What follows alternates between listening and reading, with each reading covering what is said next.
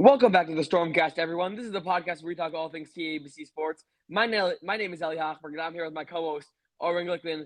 Oren, how are you doing on the fourth night of Hanukkah? Happy Hanukkah to all. Um, this is my favorite time of the year because when Hanukkah comes, that means a little bit of a break from TABC athletics. So my workload is a lot less intense during this time of year.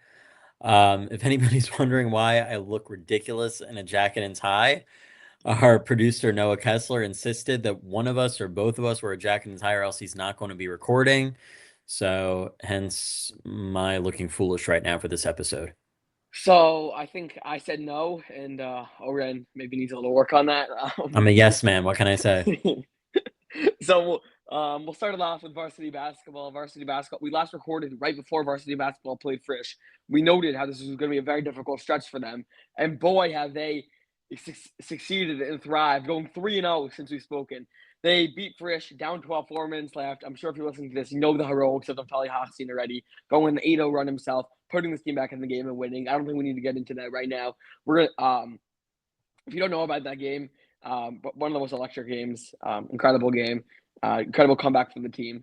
Then the team played a close game against Kushner that Monday night. Also defeated Kushner, despite trailing for a lot of the game.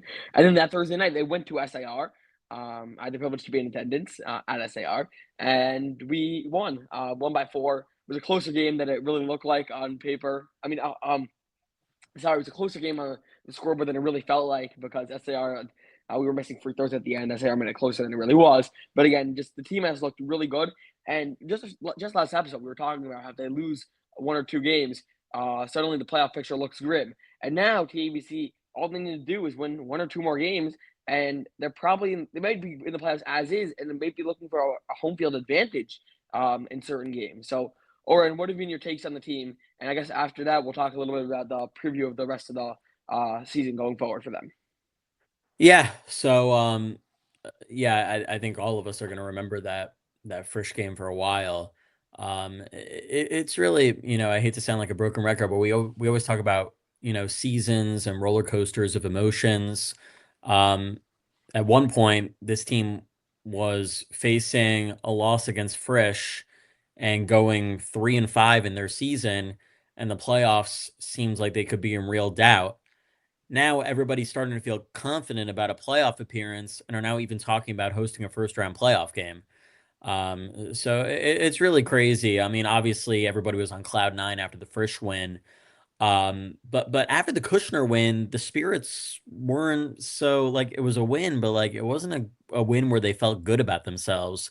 And I think the SAR win before the break, the team is now feeling great again. They've figured out some pieces that work in terms of Rafi Karasik being in the rotation. He had a big game against SAR, pulled down a lot of rebounds.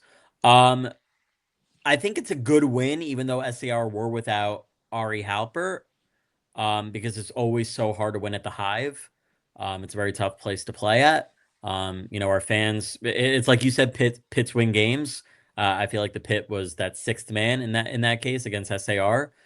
And yeah, now they have this Hanukkah break, and then once Hanukkah ends, literally once Hanukkah ends, they go into a very critical stretch, starting with back-to-back home games against MTA and Heschel. And I've been billing this game, and I still believe this. I've been billing this MTA away game as the biggest game of their season. Yeah, literally right after Chavim, right after Hanukkah, TUC immediately going to MTA Monday, December 22nd, and this leads us into a little bit of the next three games. Again, MTA is not a shabby team at all. They're 4-3. They defeated Hillel, a team that we lost to. They played very close against SAR. They played very close against Frisch, took them to overtime.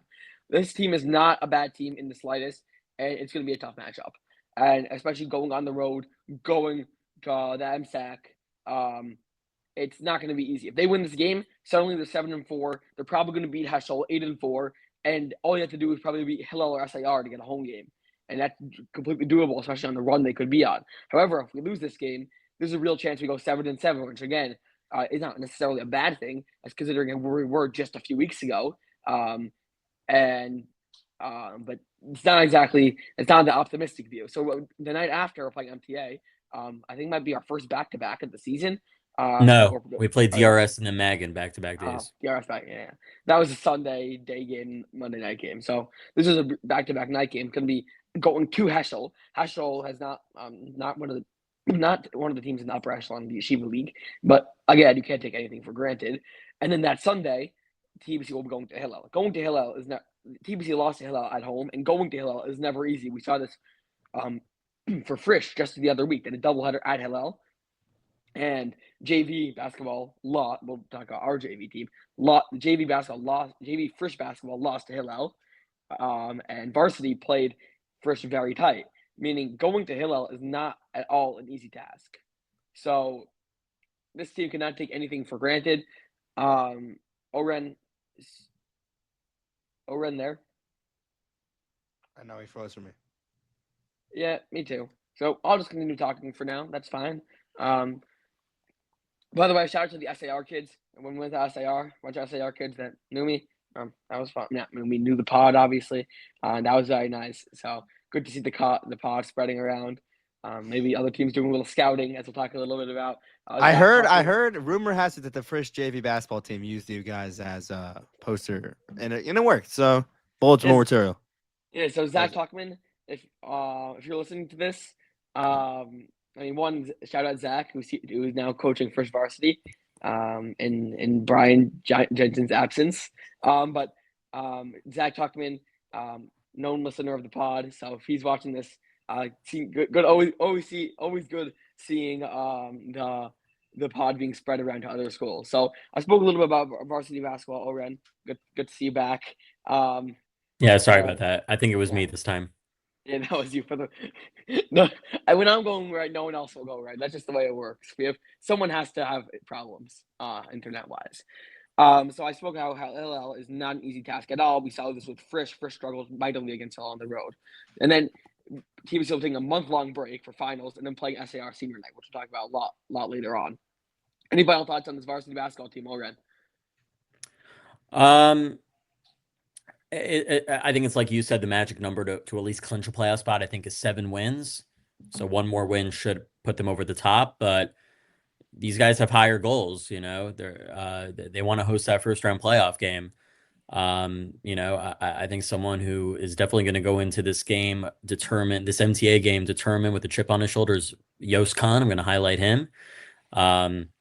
We'd originally had this MTA game scheduled January time in between midterms, but Yost was going to be in Israel, so we were able to rearrange some things. So now Yost Khan will have the opportunity to go up against his former team, his former teammates. And I'm not expecting a big crowd at the Max Stern Athletic Center on Monday night. But, I really believe this is a critical game for them. And then they'll have an easy game, I think, against Heschel. And, then they have to travel down to Deal the following Sunday, which will be tough. And, if they could go 3 for 3 and, go 9-4 heading into Yeshiva break, that would surpass our wildest expectations when it comes to OG.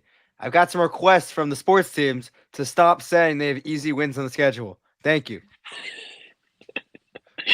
Shout out Zach Tuckman.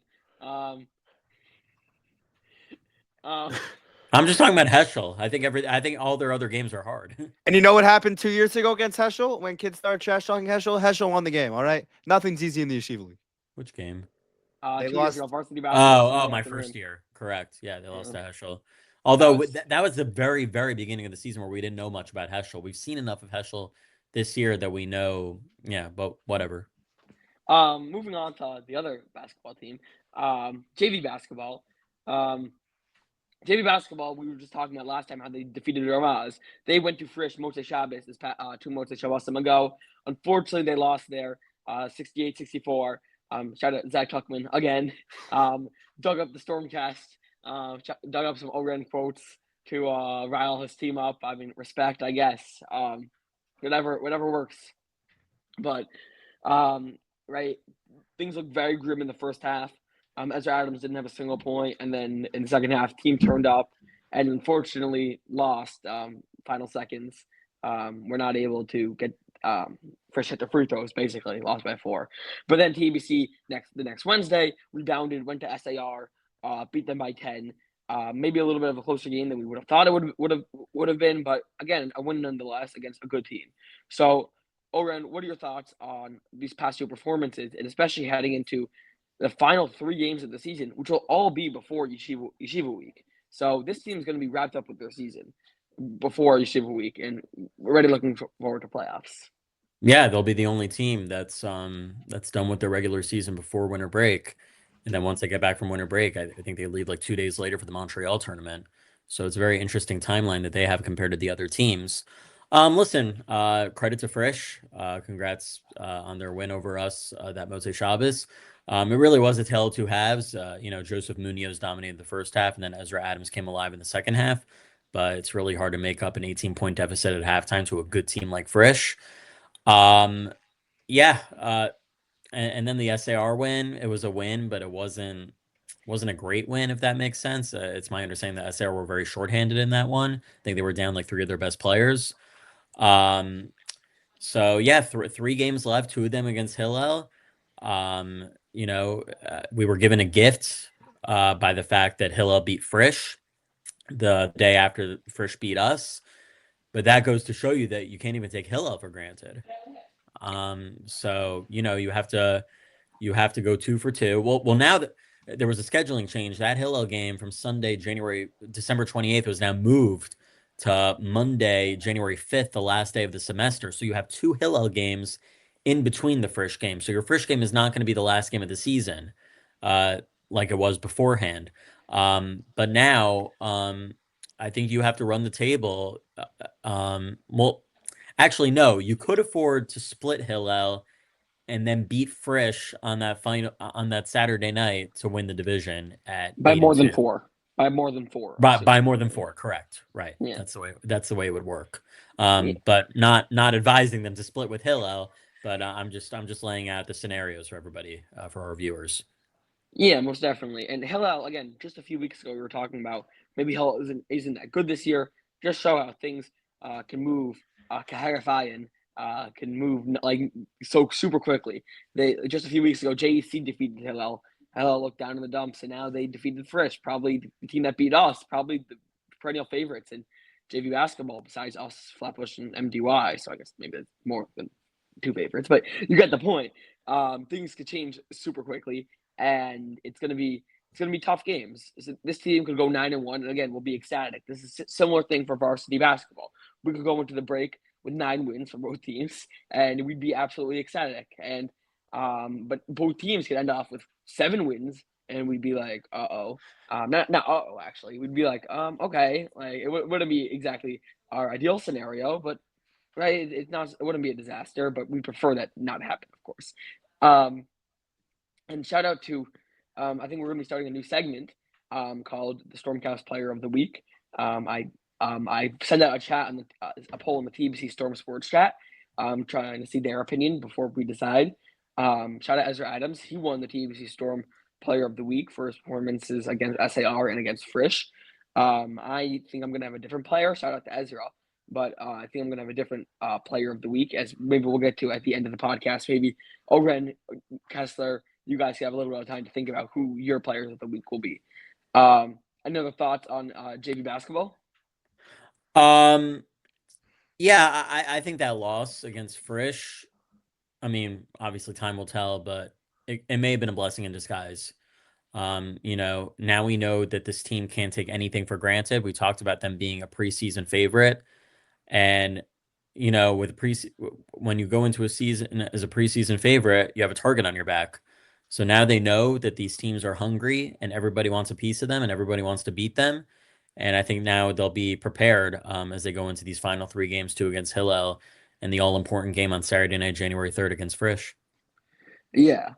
So moving on to the hockey side of things, varsity hockey. Varsity hockey, last time we spoke, were 5-2. They were in the middle of a little bit of a break.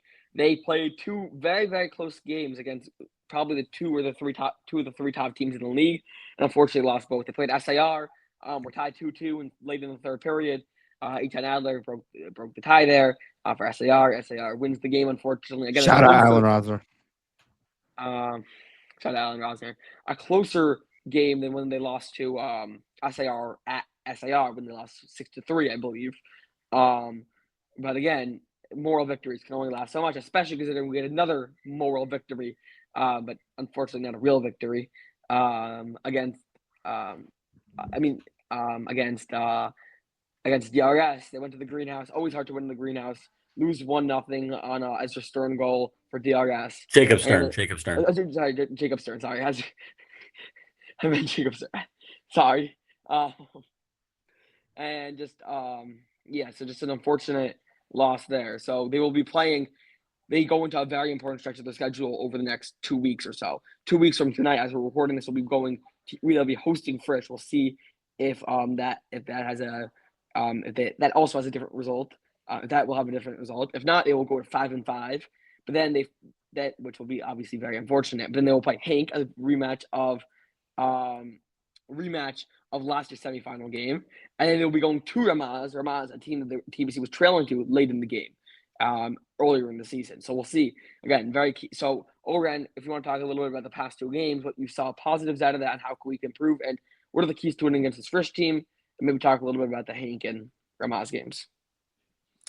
Yeah, so in terms of the SAR DRS losses, I think it's going to annoy everybody when you tell this group that, it's a moral victory. You're proving that you can go toe to toe with the best of the best and only lose by 1 and keep it competitive. But I don't think that's what the guys want to hear. The guys want the results to actually be positive results, and a loss is a loss at the end of the day.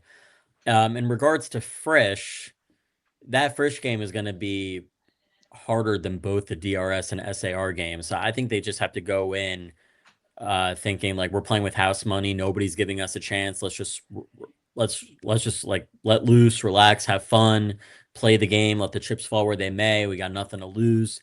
That's the way you have to go into the Frisch game, in my opinion. And if you go 5-5, you go 5-5. But after the Frisch game, I think they should be determined to win 4 straight and go 9-5 to finish out the season and host a first-round playoff game. Hank is not as strong as they were last year, and we know that we'll be gunning for revenge. Ramaz, you already knocked off in the season. Kushner, you already knocked off in the season. MTA, you already knocked off in the season. So complete those season sweeps.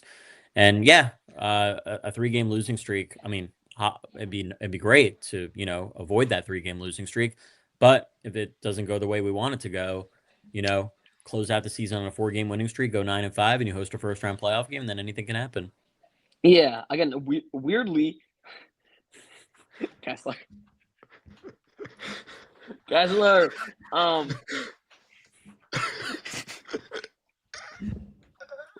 Weirdly, maybe not weirdly, the target for every single one of our teams, the realistic target is 9 wins. For varsity basketball, we've mentioned before, is 9 wins. Right now, they're 6-4. They could probably afford to lose 1 game and go 9-5, host a playoff game. For JV basketball, goal is go 9-1, 9 wins.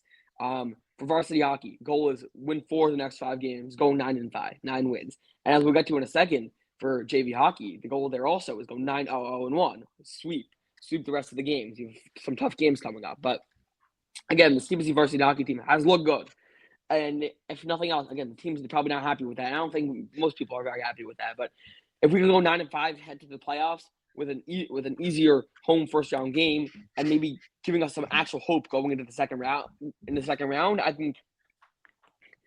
think that's already a success, especially because how bad things looked earlier in the year, perhaps against Frisch and SAR. So this first game isn't just if we lose, we lose. I think it's also how close we can make the game. So I think that does it for varsity hockey. Unless you have any final thoughts on varsity hockey, Elren? No, the team's playing well. They just got to hit the net. That's what happened in the DRS game, SAR game. It's really, it's puck luck. We just got to get puck luck. We're playing well right now. There's nothing much else to say. Yeah. And then moving on to JV hockey. JV hockey had one of the our last unbeaten team. Exactly, undefeated. Probably had one of the most electric games I have ever seen in my life. You want to tell the viewers that you were there and then you left? Yes, I had a math test the next day, and thank God it worked out, because I don't think if I left early, I don't think I would have gotten the grade I got on my math test. So it had to happen. I apologize. Dude, you told me you didn't even study after. I actually did study. I said I didn't study for the next 10 minutes because then the game got crazy. I did study, but whatever. We'll talk about the game a little bit. TBC went down 2-0. Noah Kessler correctly predicted when one of the goals was going to happen, and then we left, and they scored another goal. 53 seconds left. TBC down 2-0. Elon Cattler puts one in straight off the face-off, makes it 2-1. What a goal by Elon Cattler, by the way. Then TBC basically runs around for 40 seconds after trying to kill it. Not kill it, whatever. Trying to end the game. 13 seconds left. Puck gets into the hands of Jack Solomon. That's my birthday.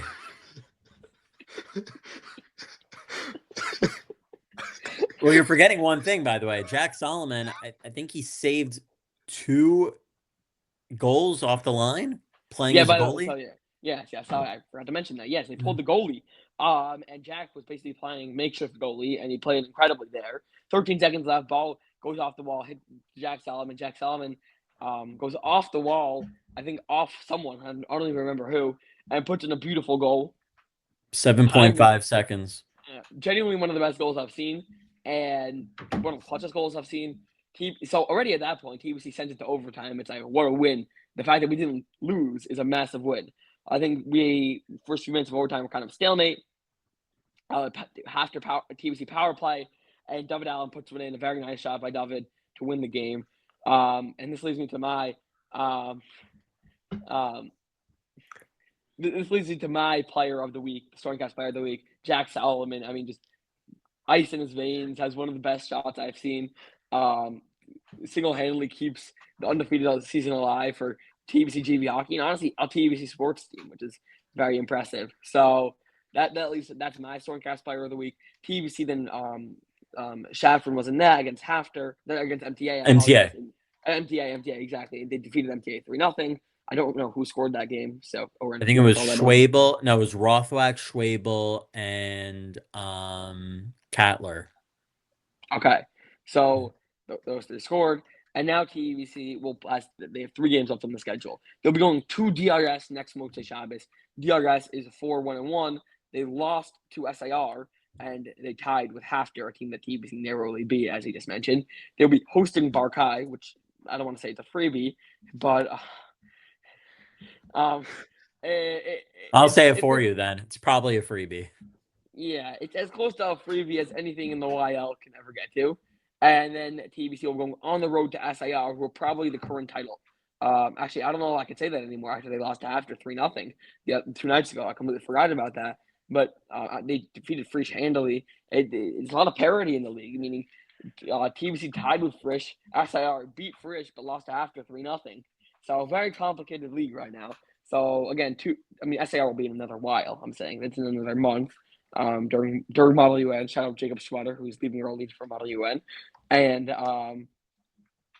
that pretty much that those are the games for JV hockey. Or what were your thoughts on those 2 JV hockey games, and what can you tell us about this DRS game that's coming up next month at Shabbos? Yeah, so 2 of the 3 games that they have remaining are tough, and they're both on the road. They got to go to the greenhouse next Motzei Shabbos, but I'm not sure for a JV hockey game DRS will necessarily have a big greenhouse for that game. It doesn't generate a vibe the way a varsity game would. So we'll see. I think you are right that JV hockey seems like a wide open race between 5 different schools.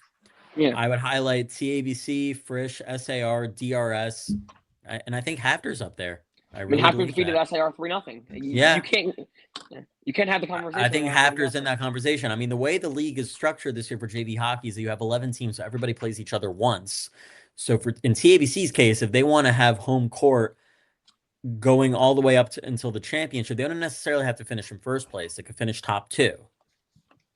Yeah, so I guess this will be a broader discussion. What is the playoff format this year? I assume it's not going to be the 4 teams that's been. I think it's 6 make the playoffs. I want to say 6 out of the 11. Yeah, so I assume the 5 we just mentioned are going to make the playoffs, and the 6 will probably be like Ramaz or MTA, or we'll see. I'm shout out Noak for just having hilarious whatever they call them things on the bottom. Those are funny. They make me laugh. Yeah. So in case you can't tell, just in general to sum everything up, these next 2 weeks are probably the most critical weeks for TABC sports Yeah, of the because then year we in go our into class. another long break. And we have another long break, finals and winter break. Then we get back and we have 4 games. Literally, we have 4 games when we get back, and then it's Playoffs playoffs. will be starting once we get back. Basically, exactly. So highly recommend everyone coming to games, especially against Frisch on New Year's Eve against Frisch, and the double Mote Shabbos doubleheader, JV basketball versus Frisch varsity hockey versus Hank, and obviously I encourage you to go to every game. Those games especially. Varsity basketball only has one more whole game, so just a lot of season's really coming to a close here. And so it's been a great first half, I guess. I mean, it's really been more than the first half. Oren, if you want to talk about maybe your vote for your Stormcast Player of the Week is, if you want to vote for that now. Yeah. Well, I think Jack Solomon's a good pick. I think he definitely made a case. He kept TABC's season unbeaten. Um, I'm gonna say Jonathan Faber. I Yes. think Jonathan had a great bounce back game against SAR. I think he went 1 for 13 from 3 against Kushner 3 nights prior. So, to get back out there, drop 17 against SAR. He had that big 3 before the buzzer sounded to end the third quarter and keep the TABC momentum going. And then he had that big and 1, I think, in the fourth quarter. So Jonathan Faber, congratulations. He's my player of the week. And Kessler, do you have a vote for Player of the Week? I don't know if he has a vote. I'll assume he does not, or he's doing something that he doesn't. I don't know. That's not the Stormcast. I'll put it that way. Oren, if you want to give us the wrestling and ice hockey update, our weekly. Yeah, so I think last time we broadcast it, I think wrestling had they had a tri match with Cresskill High School and Frisch, and I think they won 5 and they lost 5. I think someone who wrestled well was Aria Cardozo. I think he won both his matches. I think Svi Huff won a match. Like I said, these matches are they're really preparation leading up to the climax of their season, which is the Wittenberg tournament, which will be President's Weekend as always. Ice hockey finally won a game. They beat Harlem 8-3. I think AJ Mandel and Aaron Brothman had a lot of goals in that one, and they were shorthanded. Ironically, I think they only had like a 6-7 man rotation because a lot of guys who play ice are also on JV floor, and Bro, it was we're not during doing it on this pod. We're not doing it on this podcast. All right, just take that out. I what? assume he's because you just said 6-7. I'd assume. Oh, I didn't even realize. But they had guys who this game was the same time as the Hafter game, so they were down guys. And yeah, we've had tryouts in soccer, volleyball, flag football's coming up in early January. Yeah, busy time for TABC athletics. I think we should be gearing up for a lot of home playoff games. I think it's crazy. I think people going into the season thought that and listen, they're not wrong for thinking it, but all the hype was going to be surrounding our 2 JV teams. But these varsity teams, they're scrappy, they're battling. And I think it's going to be amazing to, see these varsity teams hosting first round home playoff games, or at least we hope, it's looking that way at the moment in regards to their records. Yeah. So for Hanukkah to everyone. Hope you enjoyed listening. Enjoy the rest of your Hanukkah. Enjoy the rest of the TAFC sports season. I mean, until winter break. Winard only has 7 letters. And I assume we'll record one more time before yeshiva break. Yeah, that seems to be the plan. So, and enjoy the Hanukkah auction tomorrow. If you're not entering free Slurpees for from Oren, I don't know what you're doing. That's by far the best prize. The second best prize is going to the next game with Oren. My name is marked on a lot of these prizes for tomorrow. So should we have another one of guest Stormcast appearance? I believe Vice President Mickey Sharonik won it last year. Mickey never took us up on the offer. I offered him many times. There was a school-wide candlelighting today? No, that's the joke. That's the joke. Uh, I got canceled. Because we say it's every night and it doesn't happen. Yeah, exactly. That's the point. So, Noak has been on fire. Thank you all so much for listening. I feel like Hanukkah do well. Let's go Storm. Happy Hanukkah.